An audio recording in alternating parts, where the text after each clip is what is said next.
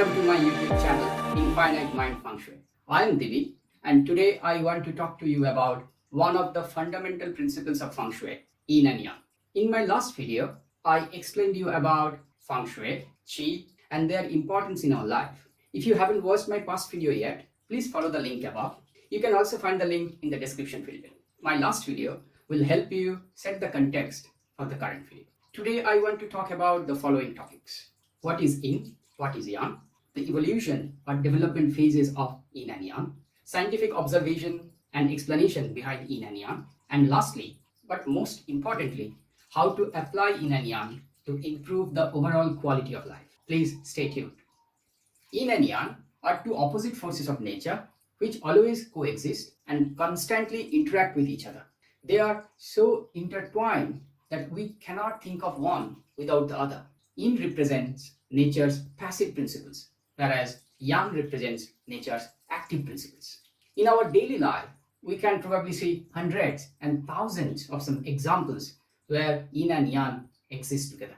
Let us start with our day cycle. The morning and the day represents Yang. The evening and the night represents Yin. Our seasonal cycle also follow Yin and Yang. Autumn and winter represents Yin, whereas spring and summer represents Yang.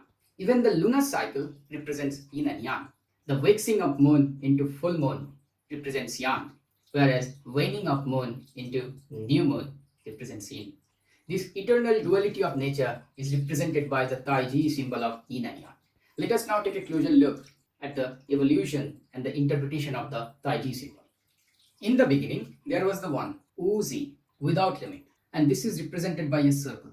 This represents infinite possibilities for nature's evolution. This also represents the purity and wholeness of nature. In the next phase, from the one came the two. From the Uzi came the Yin and Yang. As you can see in the screen now, there is one S-like structure within the circle, one side of which is black and the other side is white. The black side represents Yin, the white side represents Yang. And the S-like structure within the circle represents constant interaction between Yin and Yang in an infinite time and space. In phase 3, from the 2 came the 3. As you can see in the screen now, there are two small dots, one white color small dot in the black space and one black color small dot in the white space. This is now getting interesting. These two small dots represent the transformation of Yin into Yang and vice versa. When Yin reaches its peak, it transforms into lesser Yang. And likewise, when Yang reaches its peak, it transforms into lesser Yin. This actually means that there are three key principles of Yin and Yang. The first one being they coexist. The second one is the constant interaction between Yin and Yang.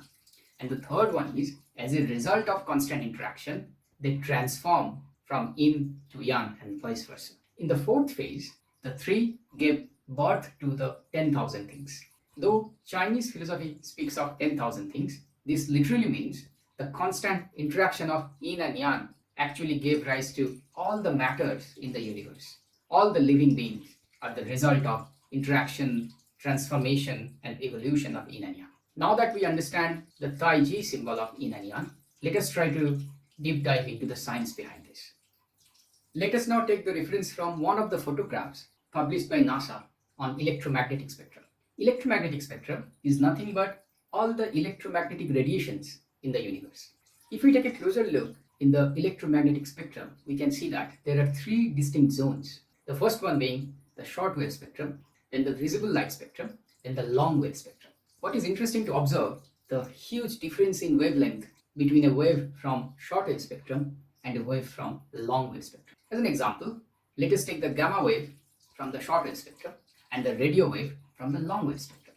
As we can see, the wavelength of the gamma wave is equivalent to the size of the nucleus within an atom. It is so small.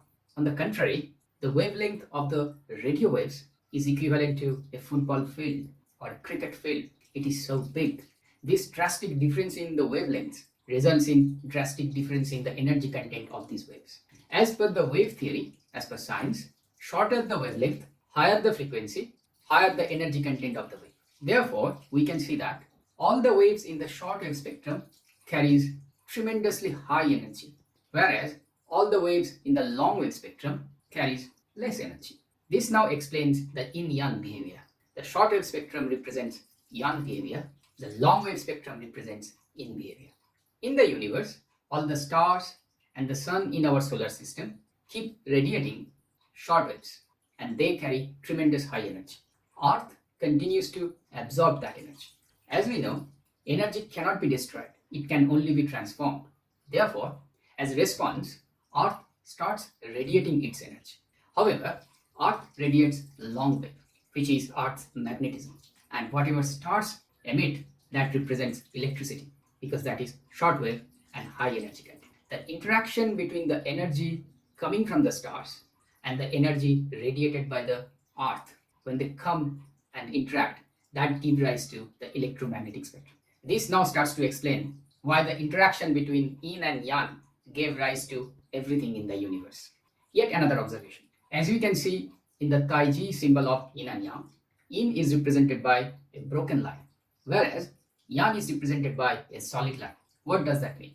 This means that yin allows yang to pass through. From the wave theory perspective, the short waves carrying tremendous high energy can pass through literally everything. It can even pass through the long waves. However, the long waves carrying very significantly less energy cannot pass through the objects. Whenever it faces some obstruction, some objects, it tends to die down. So therefore, yin represented by broken lines represents that it allows yang to pass through. In summary, the yin chi represented by the broken line allows the yang chi to pass through the yin chi. The objective of Feng Shui is to balance the yin and yang in order to improve the overall quality of life. Now that we understand the underlying principles of yin and yang, let us try to apply them to improve our health, to help us lead healthy lifestyle. As you can see in the screen, the food cooking style can be classified into yin, yang or neutral.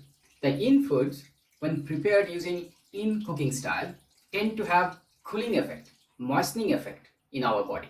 On the other hand, the yang food, when prepared using yang cooking style, tend to have warming effect or drying effect inside our body.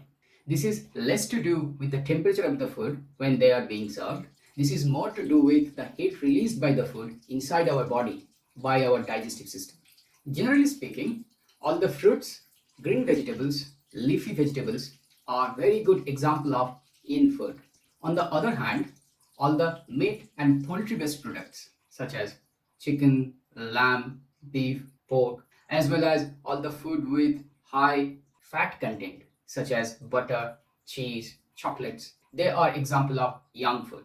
Also the rice, steamed rice, brown rice, bread and milk, they are neither yang nor yin. They are neutral. When it comes to the cooking style, all the cooking style associated with oven-based cooking, such as baking, grilling, also the deep frying in a pan, they are example of yang cooking style.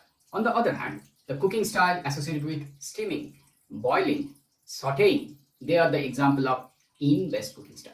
Our objective here is really to balance yin and yang. Therefore, depending on the time of the season, depending on the time of the day, depending on our physical and mental state, we need to choose the right type of food so that we can achieve the balance between yin and yang.